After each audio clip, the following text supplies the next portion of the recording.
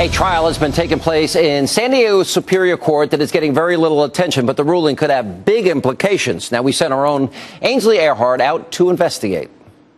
The Community Youth Athletic Center in National City, California is a refuge for the city's at-risk youth. It helps me a lot, stick out of games. Kids that are in gang-infested homes, drug-infested homes, we provide them a safe haven. I've been here since I was 16 years old, and they've helped me get accepted to San Diego State. I could have been in gangs, in trouble, but I managed to stay out of that and stayed in school. I started in 1991. I came up with the idea, I presented it to my dad. Can we put up a punching bag behind our yard? He says, okay, let's go after it. They saw all the damage that drugs and gangs were having in their community. So they said, let's do something to keep these kids out of the criminal justice system. All of a sudden, they built it and they came. In 2002, we were able to get a grant to purchase this property. We use boxing as a hook and provide them tutorial service and a mentoring service so they can be productive citizens. It's grown from boxing to a school to community service programs. It's grown to now becoming a part of growing up in National City. And now we're training some of the children of kids that I used to actually train behind my yard. But lately, the men behind the CYAC find themselves splitting their time between the boxing ring and a courtroom. With the help of the Institute for Justice, the gym is currently suing the city in what could become a landmark legal case. 4 years ago, almost 700 properties in National City were declared blighted, which enables the city to potentially use eminent domain to help developers purchase the land for redevelopment. Eminent domain gives local governments the power to take private property for public use. Traditionally, this is used to build roads, hospitals, utilities, or schools. But a 2005 Supreme Court ruling loosened what is considered for public good to include pretty much anything that will raise taxes and create jobs.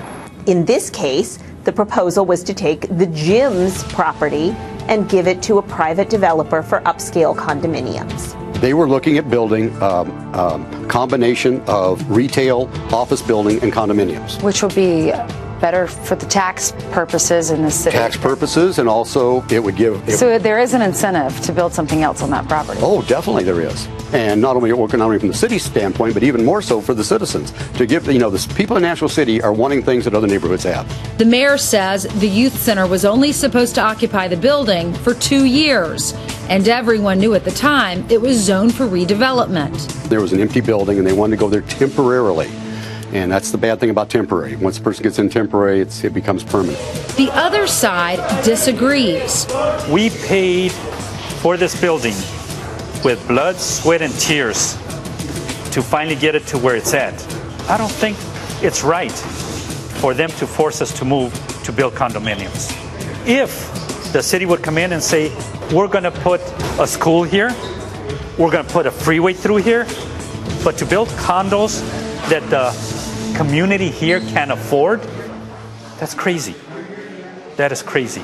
But the city argues it is not kicking them out and not using eminent domain against them.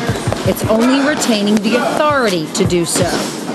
Mayor, I'm reading this article that was in Sports Illustrated saying that basically you want to tear down this community center where the kids go after school to build condos. Right. What can I say? Nothing but a big lie.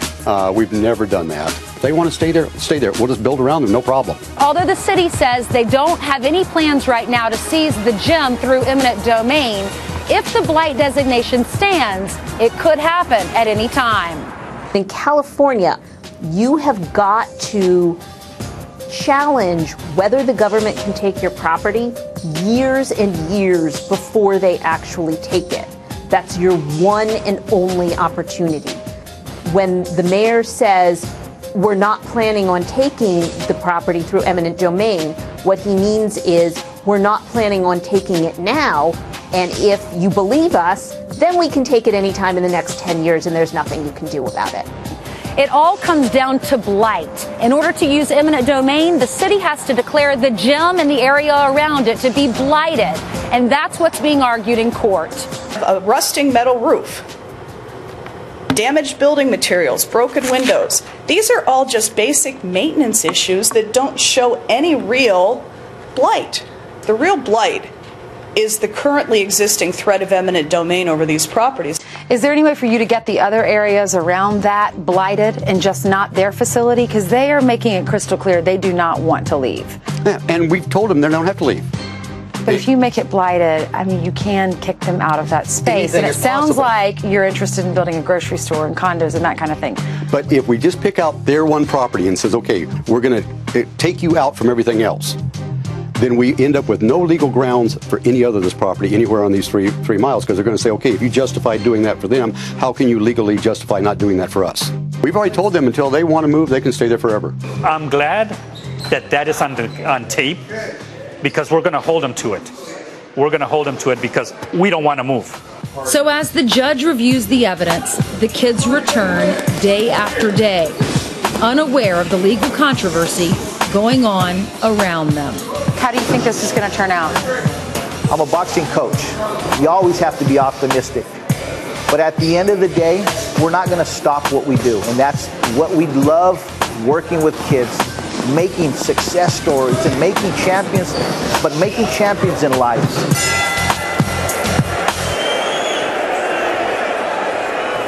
Now, the judge is expected to rule in this case any day now, and our very own Ainsley Earhart joins us. Thanks, this Sean. is fascinating. Isn't it? All right, first of all, until you want to move, you can stay forever. You can stay forever. That's what he's saying now.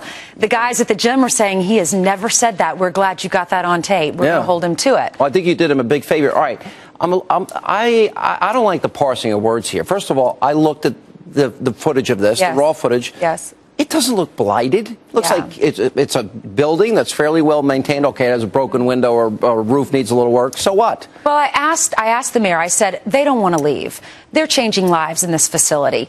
Do you have to make them leave? Could we compromise here? I said, this is a 3-mile stretch of the downtown area. Could you make some areas blighted, depending on what they look like, and not make their gym blighted? And he said, we can't, because how am I supposed to explain that to the pawn shop across the street or the guy down the street? But these guys, they bought the facility outright with blood, sweat, and tears, like you said. It's like someone coming in to take your house. They also pay cash? And they got a grant through UPS and some other companies to do it. They don't owe anything on this, on this facility. You see, what all these eminent domain stories come down to, Ainsley, and you really revealed this in this piece, money. They want the condos. That's they what want they're the saying. retail. They're saying greed, profit. They want money. Right. You know, and meanwhile, here you got drugs and gangs, a facility that's helping these kids and educating them. Well, I'll tell you what happened, Sean. In 2005, there was a landmark case in Connecticut, and it really changed it changed eminent domain. Eminent domain used to be, we'll build a road, we'll build a hospital. Well, because of that case, now you can, as long as you prove that it's for good use, which could be proving they're going to build a Walmart because it's going to increase jobs. Yeah, it changed everything. Let me tell you, this is the government saying, we want that property. We're going to take it because we want to increase our tax base. Right. That's what this is. If we don't have private property rights, we don't have freedom. This is a really important case. Great job, Ainsley Earhart. Thanks, Sean. Thank you. Thanks for letting me do it. Glad to be back. Great to have you back. And let not your heart be troubled.